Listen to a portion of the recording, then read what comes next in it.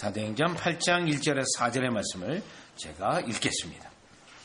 사울은 그가 죽임당함을 마땅히 여기더라.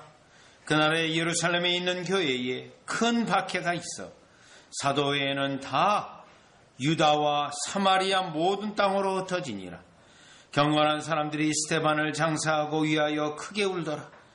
사울이 교회를 전멸할세 각 집에 들어가 남녀를 끌어다가 옥에 넘기니라.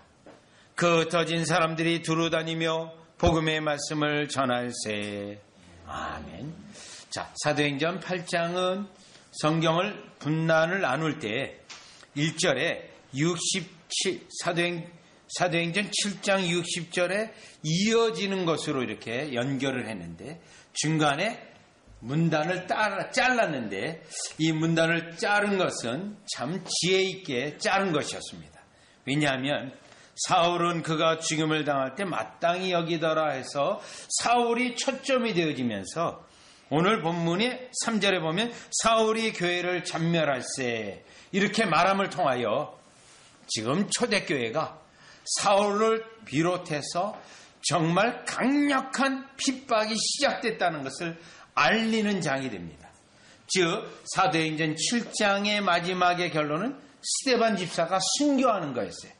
그런데 순교하는 것으로 끝나는 것가 아니라 핍박이 순교하는 것으로 마무리되는 것이 아니라 이제부터 정말 심각하고 위험하고 어려운 핍박이 초대교회에 임하게 됩니다. 라고 말하는 것을 오늘 본문 8장 1절에 사울은 그가 죽임을 당함을 마땅히 여기더라 이 본문으로 시작되도록 이와 같이 성경 구절을 일일이 번호를 매길 때 이렇게 잘랐다는 겁니다. 여기에 있는 이 성경의 66권의 구절은 원래 성경에 없는 겁니다. 그런데 나중에 이와 같이 경건한 자들이 성경을 체계적으로 읽기 위해서 우리가 만들어 놓은 번호입니다. 그리고 이 문단을 나눴습니다. 번호에 함께. 그것은 우리에게 성경을 읽을 때 문단의 단위를 보게 하고 사건의 흐름을 보게 하고 그 문단 속에서 하나님의 뜻이 분명하게 나타나도록 이렇게 한 겁니다. 그렇다면 이제 정말 초대교회는 심각하고 어려운 핍박이 시작이 됩니다. 라는 선언으로 시작되고 있는데 그렇다면 사도행전 7장은 물론이거니와 오늘 본문을 보실 때 여러분과 우리에게는 질문이 생깁니다. 분명히 사도행전 2장에서부터 우리 예수 그리스도는 하나님 보호자 우편에 모든 통치권을 가지고 우주 만물을 다스리는 주권자로서 역사하고 계시는데 왜 그리스도가 머리가 되신 교회는 어려움을 당하냐? 이러한 질문을 가지고 있습니다. 왜 주님은 하늘 보좌 우편에 계시는데 전능하신 하나님이요 거룩하신 하나님이요 모든 것을 다 보고 계신 하나님인데 왜 교회는 핍박을 당하고 있을까? 그러면 정말 예수님은 일하지 않고 계시는 건가? 여기에 과연 무슨 뜻이 있을까? 할 때 결론부터 말한다면 초대교회가 핍박을 당하고 어려움을 당하고 있는 이 시점에서 예수님은 일하시고 예수님은 교회를 통치하시고 예수님은 교회의 유익을 위하여 성도들의 유익을 위하여 일하고 계신다는 것을 저와 여러분은 하나님의 말씀에서 놓치지 말아야 됩니다. 따라서 이 핍박이 강력하게 시작되는데 과연 예수님은 이 가운데서 무슨 일을 하고 계시며 우리에게는 어떤 유익이 있고 이것을 통하여 하나님의 뜻은 어떻게 이루어지는지 그 관점에서 본문을 봐야 됩니다. 그런데 오늘 본문을 보면 초대교회의 성도들이 핍박을 받는데 세 종류의 사람으로 구분해 볼 수 있습니다. 왜냐하면 교회 안에는 다양한 사람들이 있고 또 교회 안에서는 나이도 다양할 뿐만 아니라 하는 일도 다양하고 또 교회 안에서는 직무의 다양성이 있기 때문에 이와 같이 여러 사람들이 있는데 그 여러 사람들이 하나님의 이와 같이 핍박을 허용하신 이 가운데 어떤 뜻이 있고 그들은 어떻게 하나님의 역사를 이루었는지 보도록 하겠습니다. 자, 그러면 첫 번째입니다.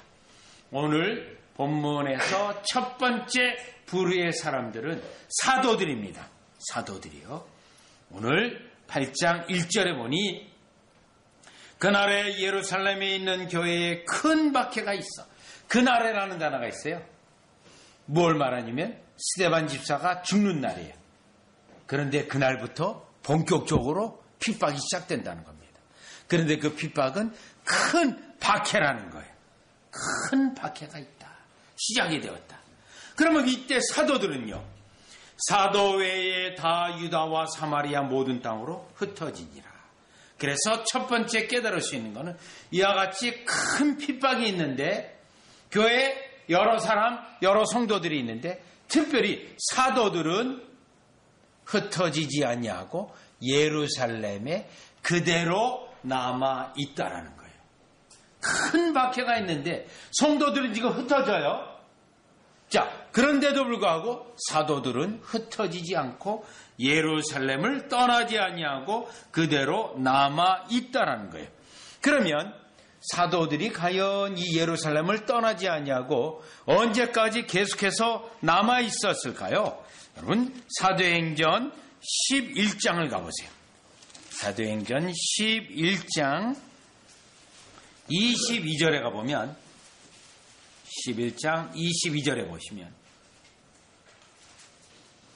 예루살렘 교회가 이 사람들의 소문을 듣고 바나바를 안디옥까지 보내니 예루살렘 교회라고 되어 있어요. 사도들입니다. 사도들이 있는 예루살렘 교회예요.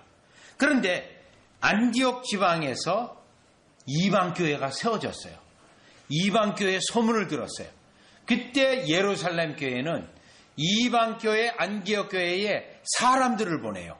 왜 사람들을 보내냐면 이방 교회가 잘 설 수 있도록, 이방 교회가 바른 가르침과 예수 그리스도를 믿는 것에 혹시 오류는 없는지 잘못된 것은 없는지 그것들을 확인하고 또 이 이방 교회인, 왜냐하면 이방 사람들만 모여 있거든요. 안디옥 교회가 주님의 교회로 든든히 세워지도록 지금 사람들을 보낸 거예요. 사람들. 자, 이 시점에도 예루살렘 교회 사도들은 여전히 예루살렘에 있다는 거예요. 떠나지 아니하고 15장을 가보시면 15장 2절로 가보세요. 사도행전 15장 2절로 보면 2절이요. 시간이 좀 상당히 지났어요. 바울과 및 바나바 그들 사이에 적지 아니한 다툼과 변론이 일어난지라. 자, 이방 교회의 할례 문제로 또 제사를 드리는 그와 같은 문제로 다툼이 일어났어요. 그때 변론이 일어난지라. 형제들이 이 문제에 대하여 바울과 바나바 및 그 중에 몇 사람을 예루살렘에 있는 사도와 장로들에게 보내기로 작정한지라. 여기 예루살렘에 있는 사도와 장로들. 예루살렘 교회에 계속 있어요. 사도들이 계속 떠나지 않고 있어요. 그러면 이때 사도들이 있을 때 누가 거기에 리더였나요? 리더는 13절로 가보시면 말을 마침에 야고보가 대답하여 이르되 형제들아 내 말을 들으라. 여기에 예루살렘 교회의 가장 리더는 야고보예요. 베드로도 아니에요. 베드로는 지금 고넬료 가정에 가서 복음을 전하고 지금 다니고 있는 상황이에요. 그렇게 사역을 하면서 다니다가 예루살렘 교회로 왔다가 또 다시 사역을 하고 있었어요. 베드로는. 그렇기 때문에 예루살렘 교회는 야고보가 리더가 되어서 예루살렘 교회를 돌볼 뿐만 아니라 예루살렘 교회가 모교회이기 때문에 이와 같이 안디옥 교회와 같은 이방 교회들을 돌보는 역할을 하고 있는 거예요. 그러면 사도들이 예루살렘 교회에 계속 있으면서 모교의 역할을 했는데 그러면 이것이 언제까지 되었을까요? 지금 사도행전 15장까지 보면 여전히 사도들이 예루살렘에 있어요. 이것에 대한 연수를 알 수 있는 성경 구절이 하나 있습니다. 갈라디아서 2장 구절. 갈라디아서 2장을 가보죠. 갈라디아서 2장을 가보시면 갈라디아서 2장을 가보면 갈라디아서 2장에 중요한 성경 구절이 나옵니다. 갈라디아서 2장 1절. 14년 후에, 요 14년 후라는 거는 최소한 사도 바울이 회심할 때예요. 사도행전 9장이에요. 그러면 지금 오늘 사도행전 8장하고 지금 갈라디아서 2장 1절로 보면 14년이 지난 예루살렘 교회는 어떻게 됐나? 그걸 확인할 수 있어요. 기간을 할 수 있어요. 왜냐하면 14년 후에 내가 바나바와 함께 디도를 데리고 다시 예루살렘에 올라갔더니, 자, 예루살렘에 올라갔는데 그때 예루살렘에 누가 있었나요? 6절 이유를 보면 6절이에요. 유력하다는 이들 중에 본래 어떤 이들인지 내게 상관이 없으며 하나님은 사람을 외모로 취하지 아니하신. 자, 이 유력하다는 이들 중에 유력한 자들은 누구를 말하는 거예요? 사도들을 말하고 있어요. 사도들이 예루살렘에 지금 계속 있다라는 거예요. 예루살렘에. 자, 그 다음에 9절로 가보세요. 또 기둥같이 여기는 야고보와 게바와 요한도 내게 주신 은혜를 알므로. 여기에 아까 유력한 자라고 말했고 이 부분에는 기둥같이 여기는 야고보와 게바와 요한, 세 사람이에요. 베드로, 야고보, 요한이에요. 그런데 예루살렘 교회 리더는 지금 야고보고 또 베드로는 이와 같이 이방 사역까지 같이 함께 있고 순회 사역도 함께 하고 있고요. 또 요한도 마찬가지예요. 사도 요한도 12제자 가운데 중요한 세 사람인데 요한계시록을 보면 반모섬에 갇혀요. 그렇다면 최소한 여기 본문을 보면 지금 야고보가 예루살렘 교회 리더가 되어서 사도들은 물론이거니와 장로들 포함해서 모교회를 돌보고 있다는 거예요. 그런데 9절에 기둥같이 여기는 야고보와 게바와 요한이에요. 여기에 핵심 내용이 있습니다. 지금 예루살렘 교회에 큰 박해가 시작이 되었는데 기둥같이 여기는 야고보, 베드로, 요한은 예루살렘 교회에서 사역을 하고 예루살렘 교회를 지키고 있습니다. 그런데 기둥이라는 단어가 있어요. 여러분, 이 핍박 가운데 성도들이 얼마나 혼동스러워요. 또 그래서 때때로 성도들이 이와 같이 떠났잖아요. 흩어졌잖아요. 그럼에도 불구하고 흩어지지 아니하고 예루살렘 교회를 든든히 기둥과 같이 지킴을 통하여 이방 교회를 돌보고 성도들을 돌보게 하는 그 기능을 사도들에게 맡겨서 우리 하나님이 예루살렘 교회를 통하여 모교회를 통하여 이방 교회까지 다 감독하도록 하신 뜻을 오늘 사도행전 8장 1절에서 사도들은 우리 주님께서 예루살렘에 남게 하셨다는 것을 알 수가 있는 것입니다. 그렇다면 여기에 나타난 이 하나님의 뜻 가운데 우리에게 적용할 수 있는 것이 있습니다. 우리에게요. 교회에 여러 직분이 있습니다. 그럼에도 불구하고 우리의 주님이 중책을 주셔서 교회로 하여금 든든히 서게 하시고 교회로 하여금 진리를 가지고 있게 하시고 그것을 통하여 특별히 여기에 사도들이 하는 일이 뭘까요? 기둥이기 때문에 성도들이 흔들리지 않게 하는 거예요. 예? 기둥이 딱 받치고 있어야 흔들리지 않잖아요. 또요, 지금 성도들은 고난과 핍박 가운데 있어요. 위로해줘야 돼요. 그래서 사도들은 다른 성도들보다 더 큰 어려움과 고난을 경험했어요. 고린도후서 1장에 보면 사도 바울이 말합니다. 왜 우리가 여러분보다 더 큰 어려움과 고난을 당하는지 아십니까? 여러분들을 능히 위로하기 위해서 하나님께서는 우리에게 특별히 더 어려운 고난을 겪게 하셨습니다. 그래서 기둥 같은 존재가 되는 거예요. 그래서 여러분에게도 이와 같이 교회에 믿음이 충만하고 신앙의 말씀에 분별력 있는 사역자를 세우고 또 지도자를 세워서 교회로 든든히 세워지는 역할을 하게 한 것입니다. 여러분, 우리 특별히 예제교회는 이 부분에 있어서 더 중요합니다. 왜 중요하냐면 우리가 청교도 연합회라고 하는 연합회가 있습니다. 거기에 있는 목회자가 있습니다. 성도들이 있습니다.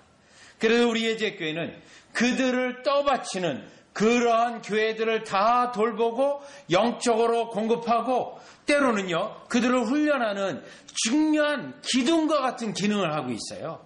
그래서 오늘 본문을 보면서 하나님께서 우리를 향한 뜻이 있고 우리를 향한 축복이 있고 이로 인하여 우리가 정말 믿음에 있어서 또 다른 교회에 대해서 기둥과 같이 역할을 하는 교회가 되어지는 그 역사가 있기를 기도하고 바라는 여러분들이 되어지기를 주 예수 그리스도 이름으로 축원합니다. 자, 그러면 이 두 번째요. 오늘 본문을 보면서 사도들은 남아있어요. 그러면 이제 두 번째 어떤 사람을 볼 수 있냐면 다 흩어지는 사람도 있어요. 2절에 보니 사도행전 8장 2절에 경건한 사람들이 스데반을 장사하고 위하여 크게 울더라. 두 번째 나타난 예루살렘 교회 성도들의 사람들 가운데 경건한 사람들이라고 되어 있어요. 근데 이 경건한 사람들은 스데반 집사를 장례를 치렀던 사람들입니다. 자, 그런데 지금 예루살렘 교회 성도들은 어떤 상황이죠? 사울을 비롯해서 지금 죽이려고 해요. 성도들을요. 그래서 3절에 보니 사울이 교회를 전멸하세. 교회를 아예 그냥 완전히 싸그리 전멸하려고 그래요. 전멸. 여러분, 이 전멸이라는 단어가 나왔음에도 불구하고 우리가 앞에 살펴본 것처럼 14년이 지난 후에도 여전히 예루살렘 교회는 여러분 어때요? 든든히 서 있어요. 이 전멸이라는 단어가 하나님의 은혜가 핍박 가운데에서도 하나님의 은혜는 지치지 않고 끊어지지 않고 계속된다는 거죠. 예수님이 하나님 보좌 우편에서 자신의 교회를 돌본다는 증거가 되겠죠. 핍박 가운데도. 그런데 각 집에 들어가 남녀를 끌어다가 옥에 넘기냐. 각 집에 들어가 남녀를 끌어다가 옥에 넘겨요. 감옥에 가둬요. 그런데도 2절에 있는 사람들은 어떻게 한 거예요? 경건한 사람들이 스데반을 장사하고 위하여 크게 스데반을 장사하는 일을 두려움 없이 이 일을 행하고 있다는 거예요. 그러면 여러분 이 구절을 보면서 우리는 무엇을 깨닫게 되냐면 요한복음 19장 38절이에요. 요한복음 19장 38절에 보면 한번 다 같이 가보겠습니다. 요한복음 19장 38절.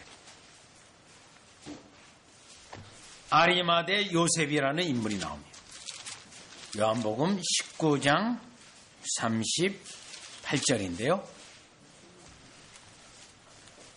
아리마대 사람 요셉은 예수의 제자이나 유대인이 들어와여 그것을 숨기더니 예수님을 믿고 예수님을 따르고 예수님의 말씀을 듣고 하지만 숨겨요.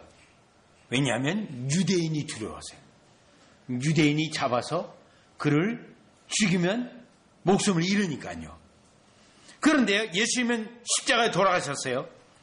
이 일 후에 빌라도에게 예수의 시체를 가져가기를 구하며 예수님은 십자가에 죽으셨는데 그 시체를 달라고 빌라도에게 갔어요.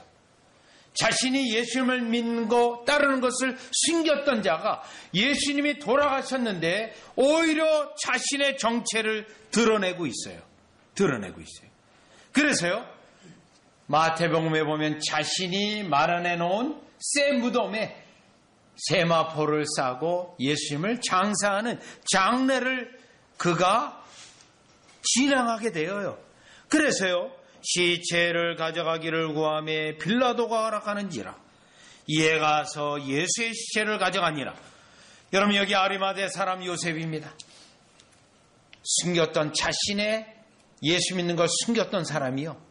그것도 로마 이와 같이 가장 우두머리인 빌라도에게 가서 예수의 시체를 날랐다는 거예요.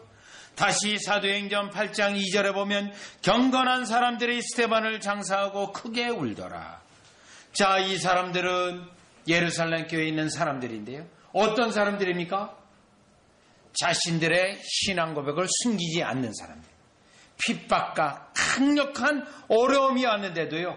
자신들이 예수님을 믿고 따르는 것을 숨기지 않는 사람들이라는 거예요. 그것을 성경에서는 경건한 사람들이라고 말합니다. 경건한 사람들이요. 자, 그렇다면 이 신앙 고백을 숨기지 아니하고 담대히 세상 앞에서도 고백했던 이들은 어떠한 자들입니까? 마태복음 10장 32절에 사람 앞에서 예수 그리스도를 시인하게 되면 예수님이 그들을 인정하고 그들로 시인할 거라고 되어 있어요. 그런데 사람들 앞에서 자신들의 신앙 고백이 두려워서 외식하거나 숨기게 되면 예수님도 그를 모른다고 되어 있어요. 굉장히 중요한 겁니다. 나의 신앙 고백을 자랑스럽게 여기고 내가 예수 그리스도를 믿는 것을 사람들 앞에 담대히 고백할 수 있는 이러한 신앙 고백이 마지막 날에 우리가 주님을 어떻게 만나는지에 대한 그것과 연결이 되어진다는 거예요. 그런데 사실 이 일은 쉽지 않습니다. 베드로도 예수님을 3번이나 부인했거든요. 히브리서 2장 1절에 보면 예수님 믿는 것 때문에 큰 환난이 교회에 오니까 예수 믿는 신앙을 포기합니다. 그것을 히브리서 2장 1절에 보면 흘러 떠내려간다고 돼 있어요. 흘러 떠내려가는 거예요. 신앙 고백과 다른 행동들을 하고 신앙 고백을 숨기고 예수 그리스도를 마치 안 믿는 자처럼 살아가는 그들에 대한 우리의 흘러 떠내려가는 모습이에요. 따라서 오늘 본문을 보면서 핍박이 있을 때 여러분 뭐가 드러나죠? 교회의 참된 신자인가 경건한 자인가 아닌가가 드러나게 돼 있어요. 그래서 우리 하나님은 때때로 교회로 하여금 핍박을 허락하세요. 일제강점 시기에도 핍박을 허락했고요. 6.25 당시도 인민군이 내려왔을 때 그때도 교회가 떼죽음을 당하는 어려움을 당했거든요. 그것을 허락해서 이걸 통하여 오히려 우리 하나님은 진짜 백성이 누구인 것을 드러나게 하시고 나타나게 하시고 그 역사를 통하여 교회로 하여금 거짓 신자들이 많아지는 것을 막고 참된 신자들로 교회가 있도록 이렇게 핍박을 허락하시는 거예요. 그렇다면 지금 우리의 시대는 어떠한 시대인가요? 교회가 핍박을 당하는 시대는 아니에요. 그러나 거짓 교회가 넘치는 시대예요. 이때 그래서 우리는 진정으로 경건한 우리가 믿는 바, 교리, 신앙 고백, 삼위 하나님이 하시는 일에 대하여 담대히 고백하고 증거하고 하나님이 역사하시는 것을 많은 사람들 앞에 증거하는 여러분이 되어주시기를 주 예수 그리스도 이름으로 축원합니다. 우리가 지금 금요일마다 시편을 공부하고 시편에 따라 기도하고 있는데 66편에서 이걸 말하고 있습니다. 시편 66편은 감사의 시편인데 가장 최고의 최종적 감사는 뭐죠? 나에게 역사하신 하나님의 역사와 은혜의 역사들을 다른 사람들 앞에서 증거하는 것이 감사의 최종적인 모습이라고 되어 있어요. 여러분들이 이와 같이 하나님이 여러분에게 행하신 것을 직접 증거하고 그 하나님에 대한 예수님에 대한 신앙 고백에 담대하고 오히려 자랑하고 찬양함을 통하여 우리는 비록 핍박의 시대는 아니지만 경건한 사람들로 여러분들의 구원의 은혜가 모든 사람들 앞에 증거되어는 역사가 있으시기를 주 예수 그리스도 이름으로 축원합니다. 자, 그럼 이제 세 번째요. 핍박받는 교회의 세 번째 부류의 사람이 있는데 그 사람들은 오늘 본문을 보면 1절이에요. 사도 외에는 다 유다와 사마리아 모든 땅으로 흩어지니라. 그리고 4절이에요. 흩어진 사람들입니다. 들어다니며 복음의 말씀을 전할세. 세 번째 부류의 사람은 흩어지는 사람들입니다. 그런데 이 흩어지는 사람들이 뭘 하고 있죠? 복음의 말씀을 전하고 있는 거예요. 자, 여기서 하나님은요, 흩어지게 하신, 핍박을 받게 하신 목적이 있는 거예요. 흩어지게 해서 복음을 전하도록 강력한 핍박이 있게 했는데 우리 한국교회가 일제강점 시기에도 그랬어요. 일제가 특별히 일본의 제국주의가 신사참배를 강요했습니다. 그 신사참배를 강요해서 1938년도에 교회가 신사참배를 할 수밖에 없는 상황이 되어졌어요. 이때 한국교회는 둘 중에 하나였어요. 하나는 흩어졌는가? 하나는 타협하고 신사참배를 했는가? 둘 중에 하나였어요. 그런데 더 많은 사람들이 신사참배를 반대해서 만주로 이와 같이 흩어졌어요. 특별히 만주로 흩어졌어요. 만주 쪽으로. 그래가지고 그쪽에 우리 한국교회 성도들이 많이 흩어지게 되어져요. 그런데 그 사람들이 나중에 기능을 보면 굉장히 중요한 기능을 합니다. 그들 중에 또 선교로 연결되는 사람들이 많이 있었어요. 그 만주로 흩어져 갔던 사람들 중에 하나의 예를 든다면, 과거에 여러분 드라마에 재중원이라고 하는 드라마가 있었습니다. 그래서 우리 한국 최초의 병원이 세워지고 그 최초의 한국인 의사가 세워지는데, 그 사람이 결국 연희 전문학교의 세브란스 병원의 그 시초가 되죠.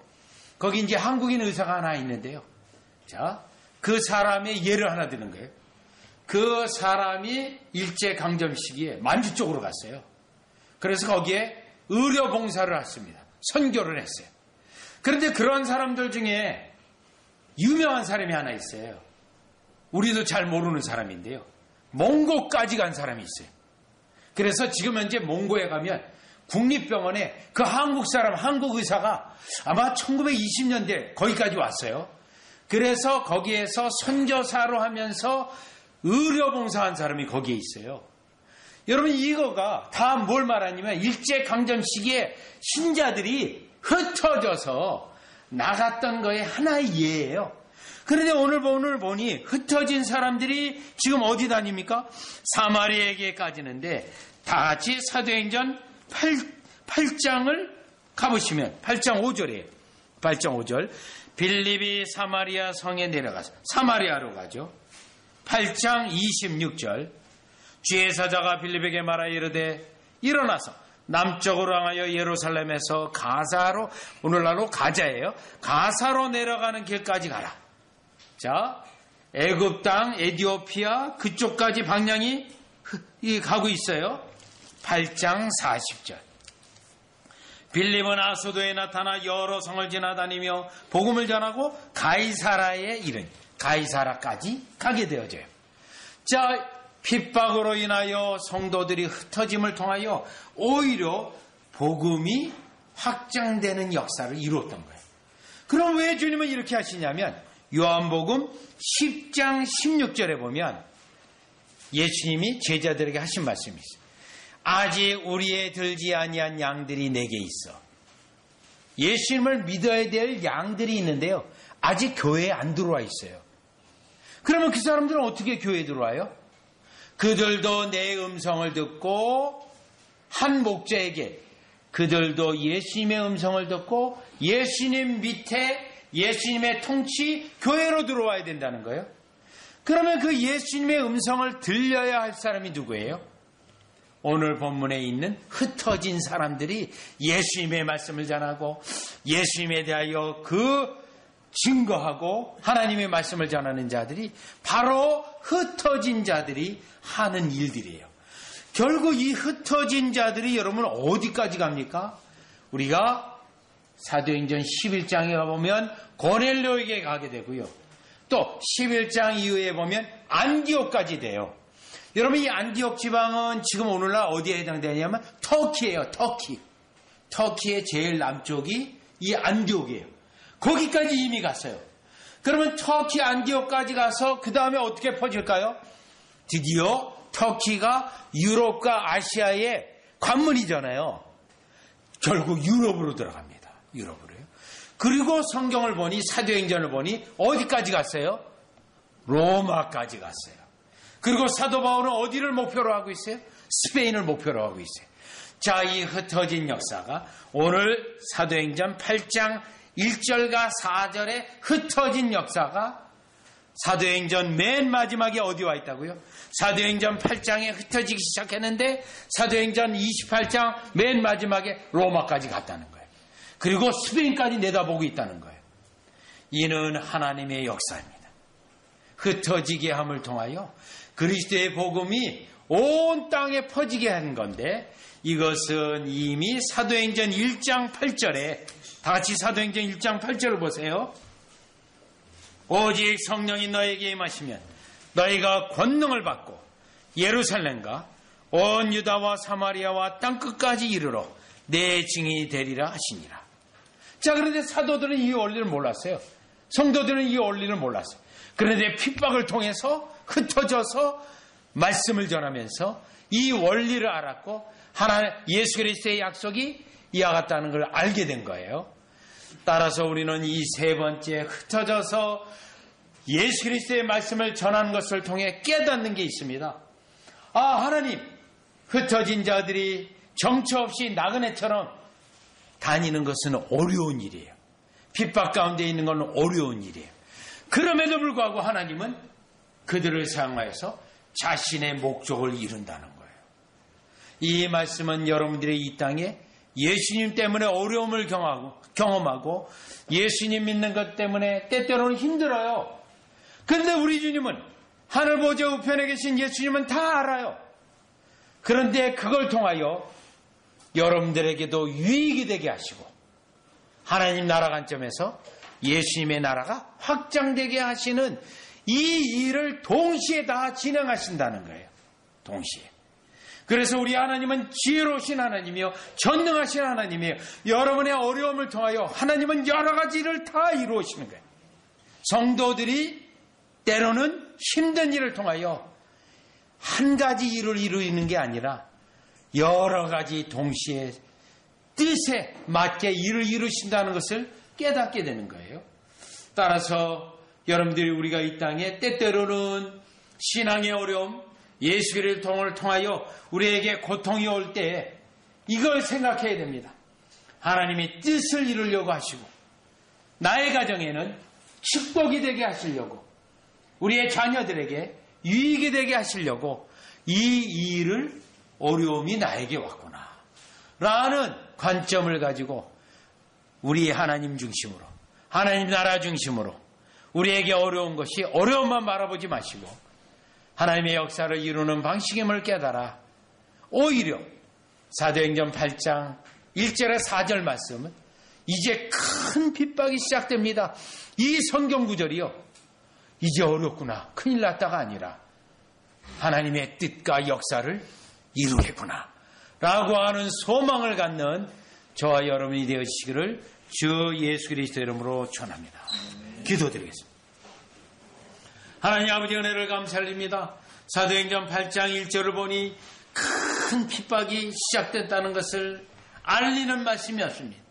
이미 스데반 집사는 순교했습니다. 사울이라는 자가 등장해서 집집마다 다니면서 예수 믿는 자를 끌어다가 옥에 가두는 일을 했습니다.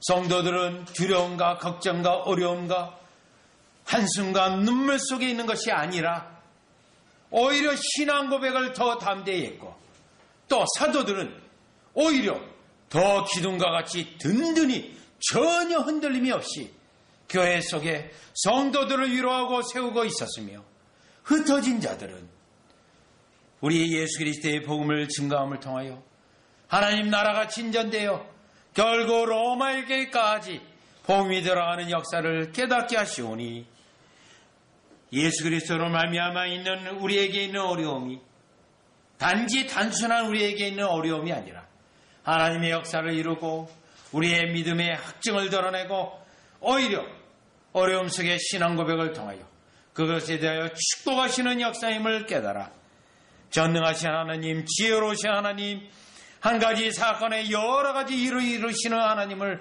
찬양하는 우리 되게 하여 주시옵소서. 예수님의 이름으로 기도리옵나이다.